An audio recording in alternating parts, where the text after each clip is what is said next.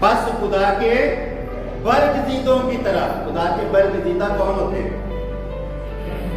جو خدا کی مرضی پر چلتے ہیں، جو اپنی مرضی پر نہیں بلکہ خدا کی مرضی پر چلتے ہیں، خدا کے احکام و قوانین کو مانتے ہیں،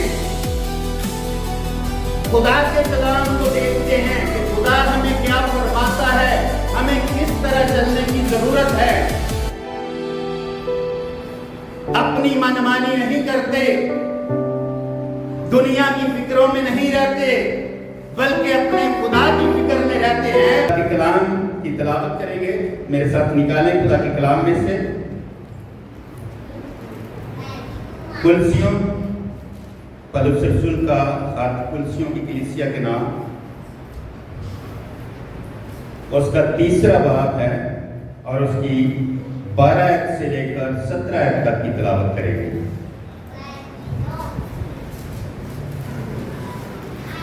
اور جس کے پاس خدا کا کلام ہے وہ میرے ساتھ نکالے اور باقی سب سامنے متوجہ رہیں اور بڑے ہی دھیان سے سننا ہے خدا کے کلام کو. پس خدا کے برگزیدوں کی طرح جو پاک اور عزیز ہیں، دردمندی اور مہربانی اور فروتنی اور حلم اور تحمل کا لباس پہنو. اگر کسی کو دوسرے سے شکایت ہو تو ایک دوسرے کی برداشت کرے اور ایک دوسرے کے قصور معاف کرے، جیسے خداوند نے تمہارے قصور معاف کیے ویسے ہی تم بھی کرو. اور ان سب کے اوپر محبت کو جو کمال کا پٹکا ہے باندھ لو، اور مسیح کا اطمینان جس کے لیے تم ایک بدن ہو کر بلائے بھی گئے ہو تمہارے دلوں پر حکومت کرے. اور تم شکر گزار رہو، مسیح کے کلام کو اپنے دلوں میں کثرت سے بسنے دو، اور کمال بنائی سے آپس میں تعلیم اور نصیحت کرو، اور اپنے دلوں میں فضل کے ساتھ خدا کے لیے مزامیر اور گیت اور روحانی غزلیں گاؤ. اور کلام یا کام جو کچھ کرتے ہو وہ سب خداوند یسوع کے نام سے کرو، اور اسی کے وسیلہ سے خدا باپ کا شکر بجا لاؤ. خدا کے زندہ اور مقدس پاک کلام کے پڑھے اور سن جان پر خدا کی برکت. یہاں آج ہم خدا کی حضوری میں ہیں اور خدا کی پرستش یقیناً ہم سبوں نے کی ہے، اور اس وقت خدا کے کلام کو سننے کو ہیں. کلام ہماری زندگی کے لیے ایسے ہی ہے جیسے کسی درخت کو کھاد یا پانی لگایا جاتا ہے اور پھر وہ درخت جو ہے وہ ہرا بھرا ہوتا ہے، تقویت پاتا ہے. اور اسی طرح خدا کا کلام جب ہماری زندگی کے اندر آتا ہے، جب خدا کے کلام کو ہم سنتے ہیں تو وہ ہماری زندگیوں کو ہرا بھرا کر دیتا ہے. خدا کے کلام کے وسیلہ سے ہماری زندگی جو ہے وہ ہری بھری ہو جاتی ہے، ہم بابرکت ہو جاتے ہیں، ہم خدا کے کلام سے دھل جاتے ہیں، نئے بن جاتے ہیں، نیا زور آ جاتا ہے، نئی قوت آ جاتی ہے، ہمارے ذہن اچھے ہو جاتے ہیں، ہمارے دل اچھے ہو جاتے ہیں، ہماری زندگی خدا کے لائق ہو جاتی ہے. کلام کا اثر جب ہماری زندگی کے اندر ہوتا ہے. ہاللیلویا. خدا نے اپنا کلام اسی لیے ہمیں دیا ہے تاکہ ہم اس کلام کو سیکھیں، اس کلام کو کثرت سے اپنے دلوں میں بسنے دیں. یہاں نیچے پڑھا دیا بھی تلاوت کے دوران ایک حوالہ یہاں پر یہ بھی آیا تھا کہ مسیح کے کلام کو اپنے دلوں میں کثرت سے بسنے دو. کلام ہماری زندگی کے لیے کامیابی، ہماری زندگی کے لیے ترقی، اور سرفرازی کا باعث بنتا ہے۔ ہم ہر طرح کی ناکامی میں سے نکل کر کامیابی کی طرف گامزن ہو جاتے ہیں جب خدا کا کلام ہماری زندگی میں آ جاتا ہے۔ اس لیے ہمیں خدا کے کلام کو اپنے دلوں میں بسنے دینا ہے، اس کے مطابق ہمیں اپنی زندگی گزارنی ہے۔ پہلی آیت جو پڑھی ہے اس میں لکھا ہے کہ خدا کے برگزیدوں کی طرح جو پاک اور عزیز ہیں۔ پس خدا کے برگزیدوں کی طرح، خدا کے برگزیدہ کون ہوتے ہیں؟ جو خدا کی مرضی پر چلتے ہیں، جو اپنی مرضی پر نہیں بلکہ خدا کی مرضی پر چلتے ہیں، خدا کے احکام و قوانین کو مانتے ہیں، خدا کے کلام کو دیکھتے ہیں کہ خدا ہمیں کیا فرماتا ہے، ہمیں کس طرح چلنے کی ضرورت ہے، اپنی منمانی نہیں کرتے، دنیا کی فکروں میں نہیں رہتے، بلکہ اپنے خدا کی فکر میں رہتے ہیں کہ ہمیں اپنے خدا کی مرضی کو پورا کرنا ہے۔ وہ خدا کے برگزیدہ لوگ ہوتے ہیں۔ اور خدا کا بندہ کہتا ہے پس خدا کے برگزیدوں کی طرح۔ کیسے چلنا ہے؟ خدا کے برگزیدوں کی طرح جو پاک اور عزیز ہیں۔ انہیں خداوند نے پاک بھی کیا ہے اور وہ عزیز بھی ہیں۔ عزیز کا مطلب پیارے، وہ خدا کے پیارے ہیں۔ اور اسی طرح ہم بھی خدا کے پیارے ہیں، ہم خدا کے خون سے خریدے ہوئے لوگ ہیں۔ ہمیں برگزیدوں کی مانند چلنا ہے، برگزیدوں کی طرح زندگی گزارنی ہے، پاک ہو کر رہنا ہے۔ خداوند نے ہمیں پاک کیا ہے تو پاک رہنا ہے، اپنی زندگیوں کو پاک رکھنا ہے اور خدا کے تابع ہو کر ہمیں چلنا ہے۔ جب ہم خدا کے تابع ہو کر چلیں گے، پاکیزگی کی زندگی گزاریں گے، تو ہم خدا کو عزیز ہوں گے، خدا کے پیارے ہوں گے، خدا ہم سے محبت رکھے گا۔ بے شک اس نے اپنی محبت کا اظہار کر دیا ہے، اپنے بیٹے کو ہماری خاطر قربان کر کے، ہمارے گناہوں کے لیے فدیہ دے کر اس نے ہمیں اپنی محبت کا اظہار کر دیا ہے۔ اور اب ہمیں ضرورت ہے کہ ہم اس کی مرضی کے مطابق چل کر خدا کے عزیز بنیں، خدا کے پسندیدہ لوگ بنیں، کیونکہ خدا اپنے برگزیدوں کو جو پاک ہیں اور عزیز ہیں پسند کرتا ہے۔ یہ نہیں کہ ہم چرچ میں آ کر تو بڑے تابع ہو کر رہیں، لیکن چرچ سے باہر نکل کر پھر وہی کام ہمارے، گالی دینا، چوری کرنا، جھوٹ بولنا، یہ چھوٹی چھوٹی باتیں ہیں انسان کے لیے۔ چھوٹی سی بات کے لیے جھوٹ بول دیتے ہیں اپنے بہن بھائیوں سے، اپنے عزیزوں سے، ہم کوئی پرواہ نہیں کرتے، جھوٹ بول کر خوش ہو جاتے ہیں۔ جھوٹ بولنا چاہیے؟ کبھی نہیں بولنا چاہیے، ہمیشہ سچ بولے۔ اور یہ زبان جو ہے یہ چھوٹا سا عضو ہے بدن کا، اور یہ پورے بدن کو داغدار کرتا ہے۔ کیسے؟ جب اس سے ہم غلط باتیں نکالتے ہیں، جب اس زبان سے ہم گالی دیتے ہیں، جب اس زبان سے ہم بددعائیں دیتے ہیں، جب اس زبان سے ہم برا کرتے ہیں، برا کہتے ہیں، تو یہ کیا کرتی ہے؟ ہمارے پورے بدن کو داغدار کر دیتی ہے، گناہگار بنا دیتی ہے۔ لیکن یسوع نے ہمیں پاک کیا ہے اور ہمیں برگزیدہ لوگوں کی طرح پاک بننا ہے۔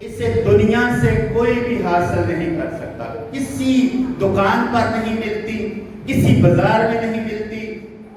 اولاد جو ہے یہ خدا کی طرف سے ملتی ہے، اور خدا انہیں دیتا ہے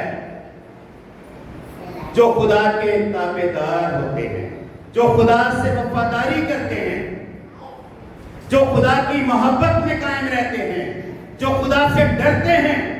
میرے ساتھ نکالیں خدا کے کلام میں سے زبور 128۔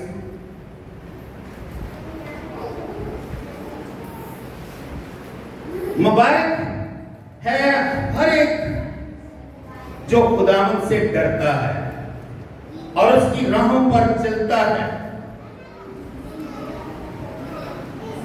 تو اپنے ہاتھوں کی کمائی کھائے گا، تو مبارک اور سعادت مند ہوگا۔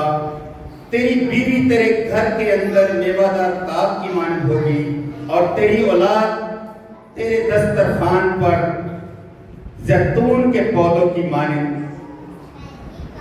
دیکھو ایسی برکت اسی آدمی کو ملے گی جو خداوند سے ڈرتا ہے۔ یہ خدا کی برکت ہے، اور وہ شخص مبارک ہے۔ کبھی آپ نے دیکھا ہوگا دنیا کے اندر ہر طرح کے لوگ ملتے ہیں جن کی اولاد نہیں ہوتی۔ شادی تو انسان کر لیتا ہے، بیوی تو مل جاتی ہے، حالانکہ خدا کے کلام میں لکھا ہے بیوی بھی جسے ملی خدا کی طرف سے تحفہ ملا، اور یہ بھی خدا کی طرف سے ہے، خدا کی مرضی سے ہے۔ جوڑے آسمان پر بنتے ہیں۔ میاں بیوی کا رشتہ ایک خدا کی طرف سے پاکیزہ رشتہ ہے، اور پہلا رشتہ جو قائم کیا گیا تھا وہ خود خدا نے قائم کیا تھا۔ آدم اور حوا کو میاں بیوی ٹھہرایا، انہیں ایک کیا، انہیں برکت دی، اور پھر آگے نسل در نسل اسی طرح لوگ خدا کی حضوری میں جیسے جیسے بیٹے بیٹیاں بڑھتے گئے، نوجوان ہوتے گئے، ان کی شادیاں ہوتی رہیں، اور یہ رشتہ ہمیشہ خدا کی حضوری میں آ کر قائم کیا جاتا ہے۔ باقی سب رشتے جو ہیں وہ خونی رشتے ہیں، وہ ہمیں مل جاتے ہیں، بہن بھائی، ماں باپ، بیٹے بیٹیاں، یہ سب رشتے خونی رشتے ہیں، لیکن میاں بیوی کا رشتہ خدا کے حضور میں باندھا جاتا ہے، یہ یاد رکھنا۔ اور خدا کے کلام پر ہاتھ رکھ کر انہیں کیا جاتا ہے، اور یہ پھر ان کے اندر ہے کہ وہ کتنا خدا کے کلام کا لحاظ کرتے ہیں۔ بعض دنیا کے اندر ایک دوسرے کو چھوڑ بھی دیتے ہیں، طلاق دے دیتے ہیں، لڑائیاں کرتے ہیں، بیوی نافرمانی کرتی ہے، شوہر گھر کا خیال نہیں کرتے، گھروں کے اندر خرابیاں رہتی ہیں۔ گھر کا ذمہ دار کون ہے؟ شوہر گھر کا ذمہ دار ہوتا ہے، اور بیوی گھر کی مختار ہوتی ہے۔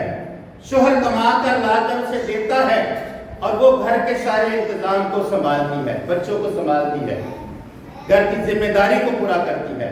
اور میاں بیوی کا بڑا رول ہے، انہیں ایک دوسرے کے ساتھ بڑی محبت کے ساتھ پیش آنا چاہیے، بڑی سمجھداری کے ساتھ میاں بیوی کو ایک دوسرے کی عزت کرنی چاہیے، ایک دوسرے کا خیال کرنا چاہیے۔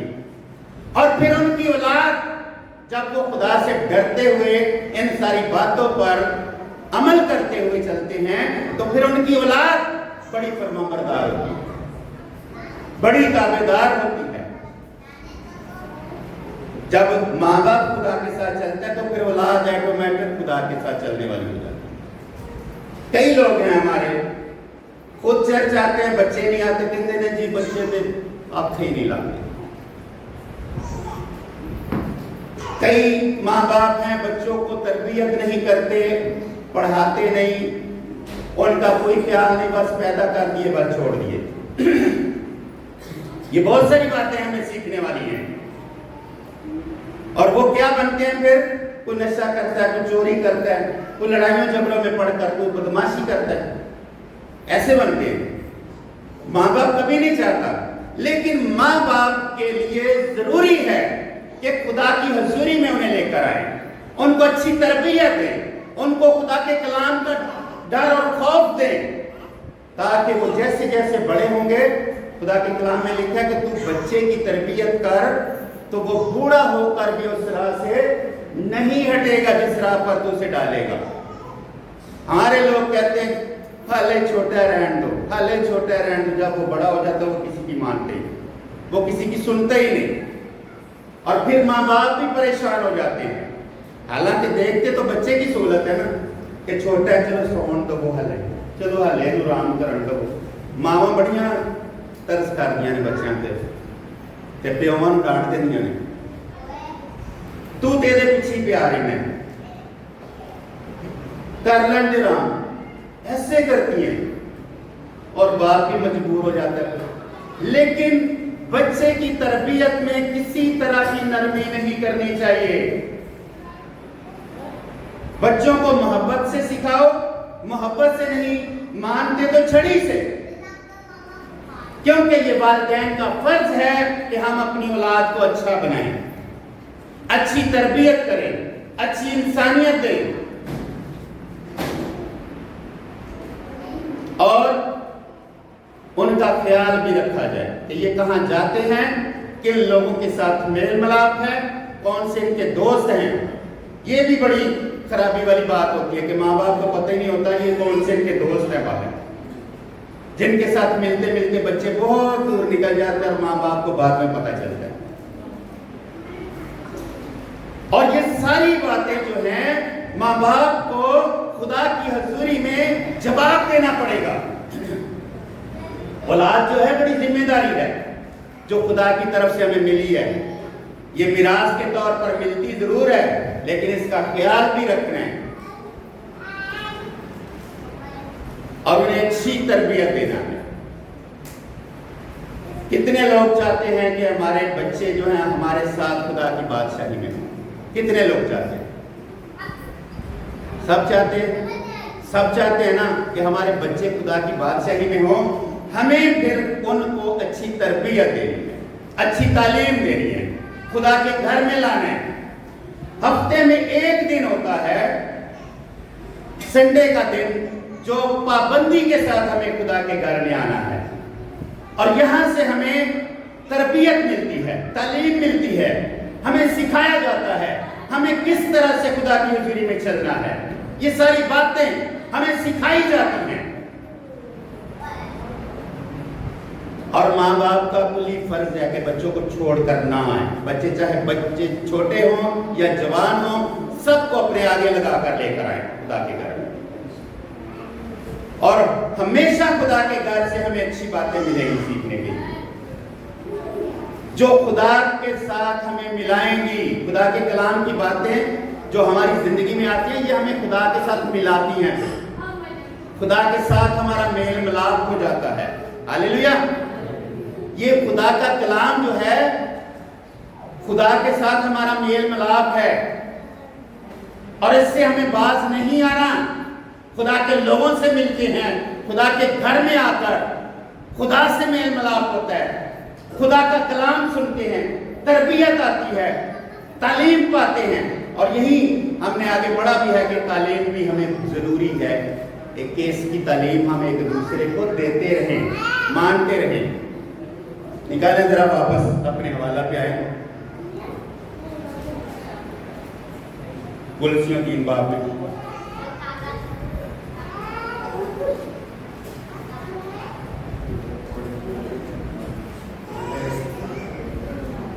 اس کی 16 آیت پڑھیں گے۔ مسیح کے کلام کو اپنے دلوں میں کثرت سے بسنے دو، اور کمال دنائی سے آپس میں تعلیم اور نصیحت کرو، اور اپنے دلوں میں فضل کے ساتھ خدا کے لیے مزامیر اور گیت اور روحانی غزلیں گاؤ۔ ہاں جی، مسیح کے کلام کو کثرت سے اپنے دلوں میں بسنے دو۔ تو یہ کب بسے گا؟ جب ہم خدا کے گھر میں آئیں گے، جب ہم خدا کے کلام کو سنیں گے، جب ہم خدا کے کلام کو پڑھیں گے، جب ہم خدا کے کلام پر عمل کریں گے۔ تو مکاشفہ 1 باب اس کی 3 آیت میں لکھا ہے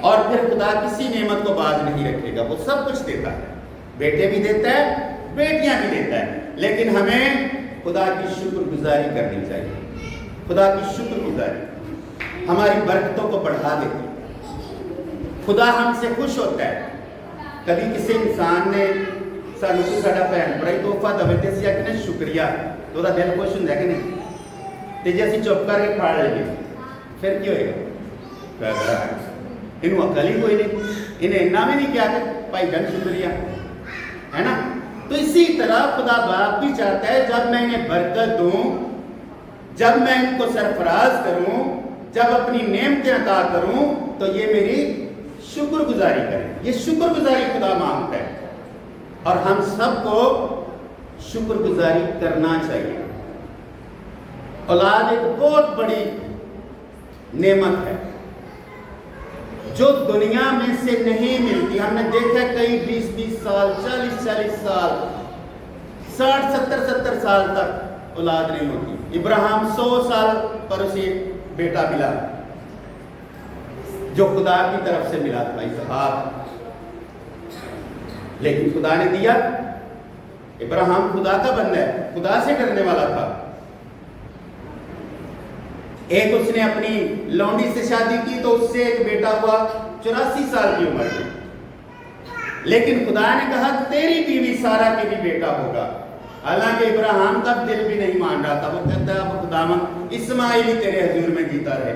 مایوس ہو چکا تھا کہ میں خود بھی بوڑھا ہوں, میری بیوی بھی بوڑھی ہے.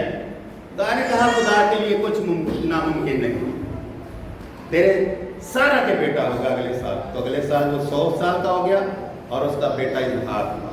ہلیلویا. خدا ہمیں ہر ایک برکت دینا چاہتا ہے, وہ دے سکتا ہے, وہ کسی حال میں بھی دے سکتا ہے. ہمیں کبھی بھی نا امید نہیں ہونا چاہیے, ہمیں امید رکھنی چاہیے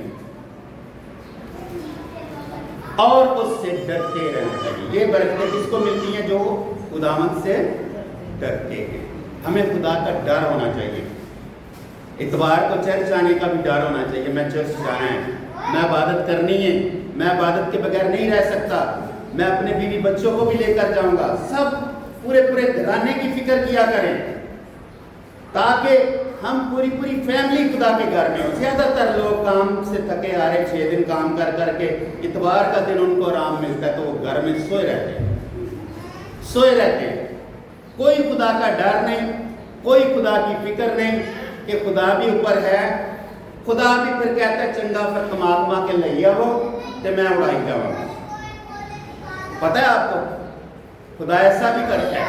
خدا کہتا ہے چل پھر پترو ہن ذرا تسی کما لے آؤ تے میں اڑائی جاواں. خدا اڑاتا ہے.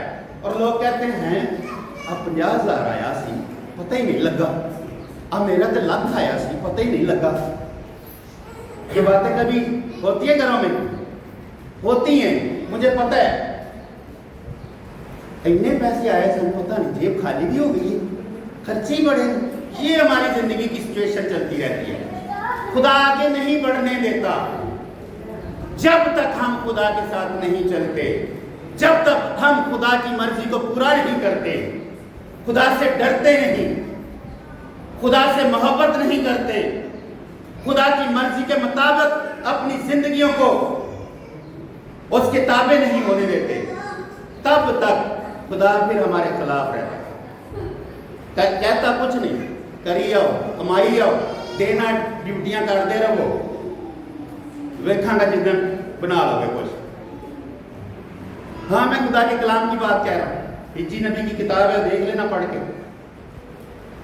لوگ اپنے گھروں کو دوڑے جاتے ہیں, خدا کا گھر ویران پڑا ہے, اور مزدور اپنی کمائی سوراخ دار تھیلی میں ڈالتا ہے. اوپر سوراخ ہو تھیلی سے اتو پاؤ تو تھلو نکل دے جانے نا, تو کما کر لائے گا میں اسے اڑا دوں گا. یہ خدا کا وعدہ ہے. نہ سلو. اگر برکت پانا چاہتے ہیں خدا کی حضوری میں سے ملے گی برکت. خدا برکت دے گا, خدا بڑھائے گا, خدا ترقی دے گا, خدا سرفراز کرے گا. اپنے پہلے پھلوں سے خداوند کی تعظیم کر تو تیرے کھتے